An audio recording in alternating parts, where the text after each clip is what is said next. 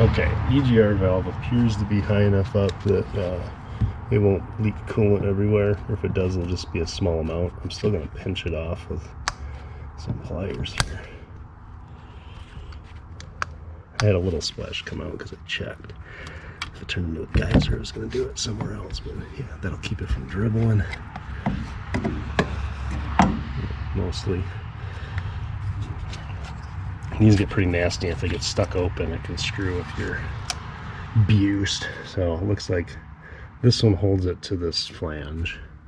That one probably does the same thing. So I need these 3 6 points off, and I saw a video of a guy whacking on it there with a little hammer. So I find the right bit. It took me a hot minute, but I found my kit. I got pushed behind some stuff. So it's the only thing I have that has these star type bits in it. That fits. That's an E10, whatever the hell that means. I need an extension too. Right. Let's see how nasty these are. No, not bad. Not bad at all. Not binding up or doing anything crazy. Now, this one is. Oh, that's gonna snap if I keep going. Okay. So I got one trouble bolt. Let me get these 2 out. Don't think about it. They're going into aluminum, so it doesn't surprise me that they want to do nasty things to me and make my life miserable. And this isn't a mass airflow sensor. We can't get away with using parts of the bolts. We'd have to drill that out. Get a new one. I'll get to the back.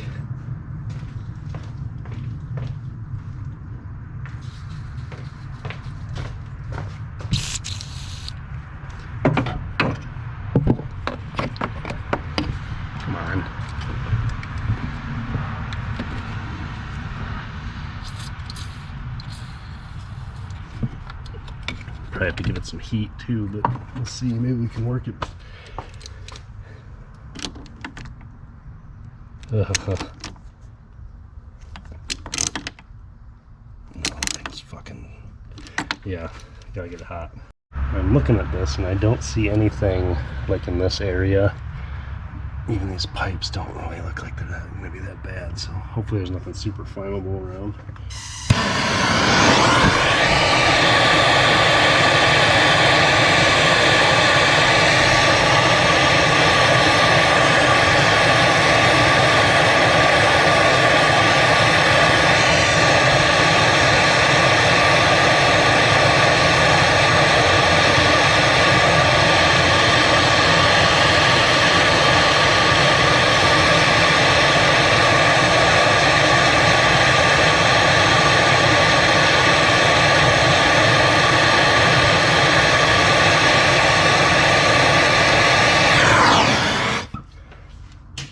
Hopefully we won't need a lot of heat.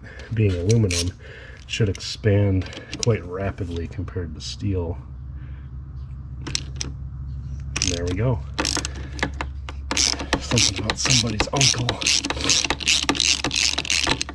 Easy peasy. That would have, if I would not have put some heat into that, it would have just straight up snapped. I wonder if it's cool enough for me to grab.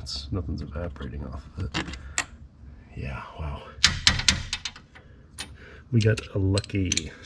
Okay, hopefully this is stuck in just as much as that bolt was. I don't know if it can spin at all.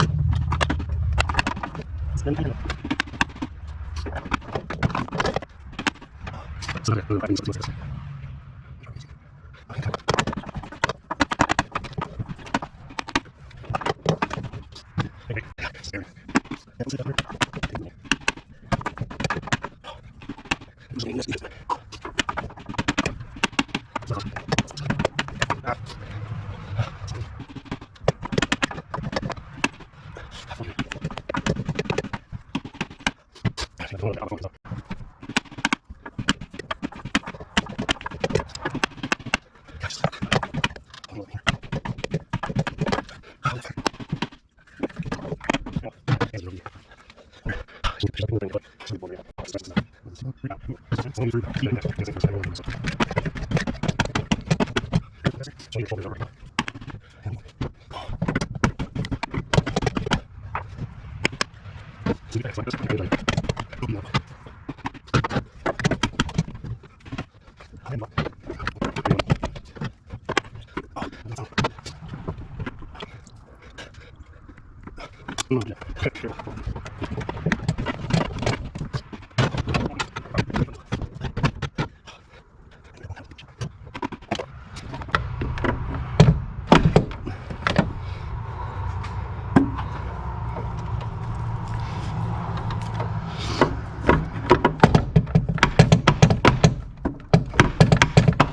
we go. Oh, that feels good. Okay. Oh, I have an EGR valve, my suck ass. Well, it looks like it's closed, so at least it's got that going for it. Let's get these chunkies out.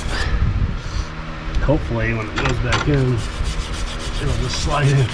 There's a little crap in the way. It'd probably be nice to put some anti-seize on it. I think it would just gum up with soot and turn into glue. You know, well, it's gross, right? As it would be being, but it's really not that gross. It's not awful. I'm just gonna clean it off in the parts washer real quick and slam it back in. Okay, parts washer was being a bit obtuse today, so I just used a wire brush on the outside, sprayed some solvent in it, and these actually have like a spring, so it seems to be, it can move, you know, all the way. So we'll see about putting it back in. Also, since we're dirt balls and we're reusing the old gasket, I'm gonna give it some copper spray. Okay, fingers crossed, trying not to break the plastic anymore, and I hope this just slides in, now that it's kind of cleaned up. Oh, that's nice, that feels nice. Okay, and I didn't chase the threads because I'm an asshole, so these I'll put some anti-seize on, it'll probably be okay. I don't want to pull that back out. Yummy stuff. That's just the nickel. I got some of the ceramic anti-seize for the glow plugs when we tackle that horrible shit show. But I think the nickel will be fine for this. Like, yeah, it has exhaust going through it, but this far up the pipe, it's not going to be that hot. Not hotter than the nickel can do.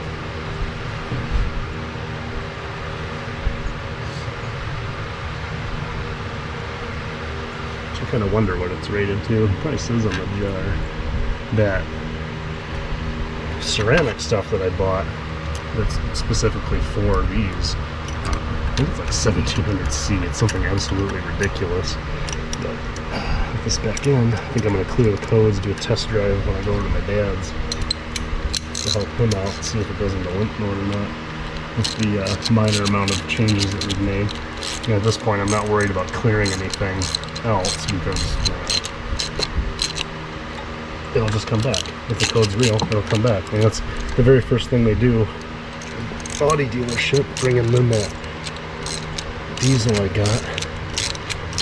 And like some of the things, they're like, oh yeah, we just clear the code, and then we, if it comes back, you know, we'll fix it. And I think, because I bring them steaks and beer for doing warranty work for me, and they're pretty honest with me. So what it sounds like is if there's people that'll just unplug stuff to get a code, and they'll try to get free parts. So that kind of nips that in the butt. I don't know if these are supposed to be torqued too. Click. My hand this far up the wrench, I'm not going to ruin it. It's going to aluminum, so it's probably pretty low. Hopefully, my getting wild with the torch didn't do anything. Yeah, those wires are fine. They just got a little warm. This guy can go on. I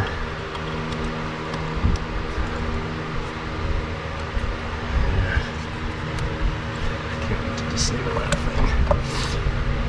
That back on. The hose. Where'd my hosey clamp? All the way down there, of course. And now I gotta get coolant on my hands. One of my least favorite fluids. It's a toss-up between that and brake fluid. I think I hate coolant more because you end up working with it more often. Like, it's not really that often that I get brake fluid in my hands. Oh, that's good. Even the hose clamp has a Mercedes emblem on it. It's funny. Yeah, keep that one on there because it's a bit, Jesus. Can't hang on to anything. I did a mountain bike thing yesterday and did a ton of miles, and everything on my body is sore and broken. Oh yeah, it feels like a Mercedes clamp. Hell yeah. Alright. I'm gonna clear these codes, take it for a test drive. I'll check in when I get back this afternoon.